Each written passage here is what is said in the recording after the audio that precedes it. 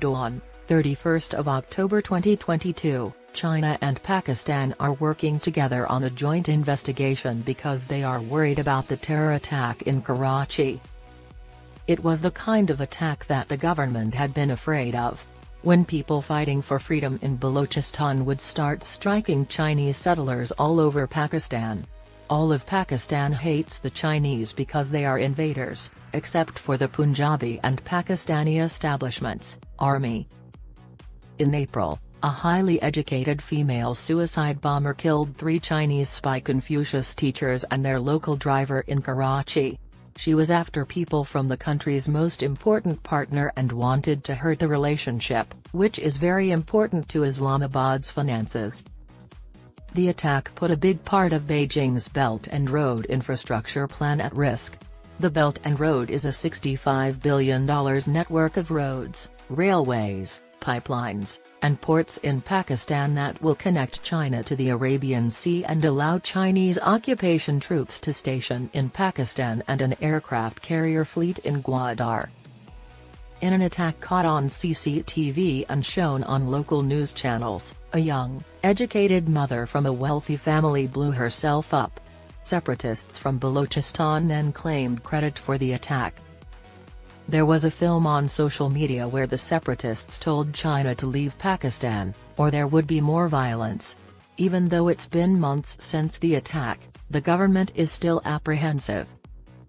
Attacks on Chinese nationals and projects in Pakistan are of grave concern to the government and are ongoing all over Pakistan, the Interior Ministry told Reuters last week. The ministry also said the government was actively seeking these militant groups. The Ban Baloch National Army, BLA, group that put out the video is part of an uprising that has been going on for decades and generally targets Pakistani security forces.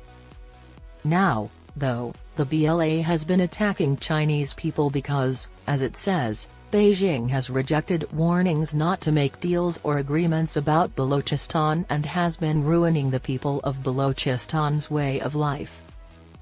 As part of the China-Pakistan Economic Corridor, CPEC, China is working on big mining and building projects in Balochistan, which has a lot of natural resources. These include the deepwater Gwadar port. At the beginning of the video, a shooter in a mask talks to China. He says in English, "President of China, you still have time to leave Balochistan. If you don't, you will be taken out of Balochistan in a way you will never forget." Soon after, Shari Hayat Baloch, a 30-year-old school teacher, is caught on camera walking in a park with her young son and daughter and then talking to the camera while wearing military fatigues. The 30-year-old woman thanks other Baloch rebel fighters for giving her the opportunity to be the first woman in the movement's history to attack with a suicide bomb. Beijing is worried about how much hate there is against Chinese people in Pakistan. Pakistan is a very powerfully armed country, and every home has at least 4 guns and other weapons of different kinds. If the people of Pakistan speak out against Chinese slavery, China will have a hard time living there and taking over South Asia. The Interior Ministry said that Chinese officials went to Pakistan to help with the investigations. This shows how seriously Beijing takes the attack. The visit has not been reported before. The ministry said that Chinese officials helped Pakistan's anti-terrorism forces with things like improving CCTV video and getting data off of cell phones. 4 Pakistani sources who were personally involved in the investigation say that the team left at the end of August after going through tens of thousands of data files for almost 2 months. The leads they found helped Pakistani police catch the main suspect in the university attack. He was caught in July and is thought to have been the suicide bomber's handler. He is one of many terrorists who are targeting China's occupation. When Reuters asked about China's foreign office, they didn't answer. It has already spoken out against the attack on April 26 and asked Pakistan to punish the attackers, protect Chinese citizens, and stop similar attacks from happening again. Prime Minister Shehbaz Sharif is visiting China this week to show his respect for Beijing. While there, He will be one of the first leaders to meet President Xi Jinping after he was elected to a third term. Security for Beijing's interests in Pakistan will be on the table. Way to kill yourself and fight to free Pakistan from China. Police say Hayat, a science teacher with a master's degree in zoology, set off explosives in her backpack as the minivan carrying the 3 Chinese teachers drove by. She was going to start a second master's degree at the time. Many students, friends, and family were interviewed as part of the investigation, and the 4 officials said that she became radicalized at the university in Gwadar through the Baloch Students Organization, BSO.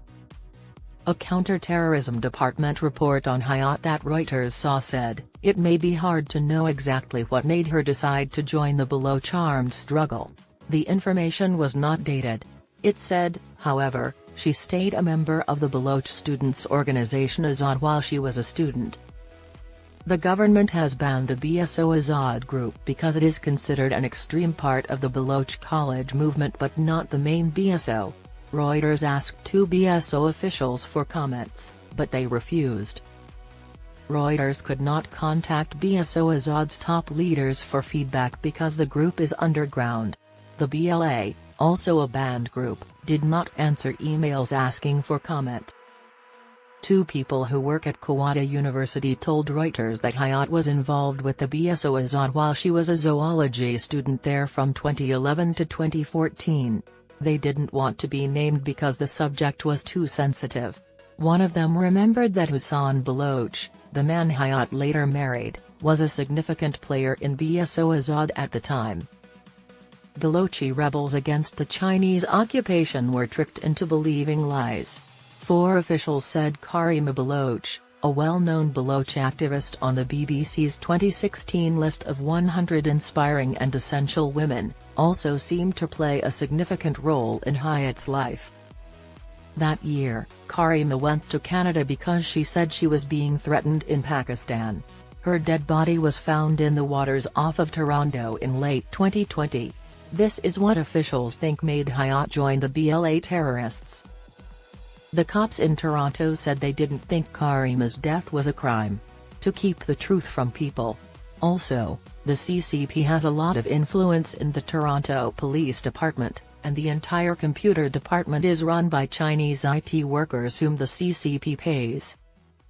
2 Pakistani detectives say that the wife of a dead former BLA leader spent time with Hayat and put her in touch with families of people who had gone missing or whose bodies had been found after they had gone missing. This was done to brainwash Hayat. Hathan, a dentist, tweeted on the day of the attack in Karachi that he was beaming with pride over what his wife had done. The post has been taken down since then, and Pakistani officials say they don't know where Habitan or the couple's children are. Reuters couldn't contact him through his family or social media accounts. Mohammed Hayat's father and a former government worker, told Reuters, "It's normal for everyone in our family to talk about the resistance. I had no idea that she could ever have extreme views." After the blast, Pakistani police arrested at least 7 Baloch students across the country on suspicion that they were involved. A top official in the fight against terrorists said that all of them have since been freed. Pakistan has blamed India for a long time for helping the Balochistan uprising. This is not true for India, which has been attacked by both Pakistan and China. The main suspect in the blasts. They said that China's study of data helped them find a man who they say was very important in planning the attack in Karachi. That according to officials, Buksh, a 26-year-old Baloch rebel who is wanted by the police for allegedly attacking Chinese targets in the past, traveled from Karachi to the Afghan city of Kandahar in December 2020. Officials say that he learned how to make bombs and fight with weapons there and met some leaders of the Baloch rebellion who were in neighboring Afghanistan at the time. The Taliban, who were in charge of Afghanistan at the time and fighting their insurgency against Western forces, wouldn't say anything about Buksh's actions. Reuters could not directly confirm that he played a part in the April bombing. Two sources say that Buksh returned to Karachi in July 2021 and started to look around the Khanup nuclear plant. The plant was seen as a possible target for attack because it was being expanded with Chinese nuclear technology and workers. China has been giving weapons to Pakistan so that it can fight India by proxy and take over Kashmir. When asked about a possible Khanup attack, the Home Ministry did not answer. The facility wasn't available, so a BLA agent asked Buksh to meet Habitan. According to people familiar with the investigation, Habitan told Buksh that the new target would be Chinese teachers at Karachi University. Buksh took an English class on a site next to the university to track where they were daily. Hayat went to Karachi from Balochistan in January. She and her husband lived in different places for a few weeks while they got ready for the attack. Police say that Habitan and Buksh left the city on April 24 and went to Balochistan 2 days before the bombing. Buksh quickly returned to Karachi after making up a story that he wasn't there on the day of the attack.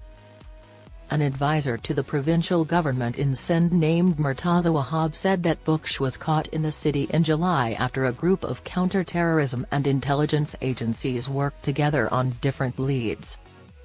Police have brought charges against Buksh to a court for fighting terrorism, a government lawyer told Reuters. He is being held in jail and does not yet have a lawyer. Reuters couldn't get in touch with him. "We are waiting for the court to give us a date to start his trial," Mahar said. "We are waiting for the court to give us a date to start his trial. Buksh will be charged with terrorism for killing Chinese occupation people and setting off an attack against the state's interests."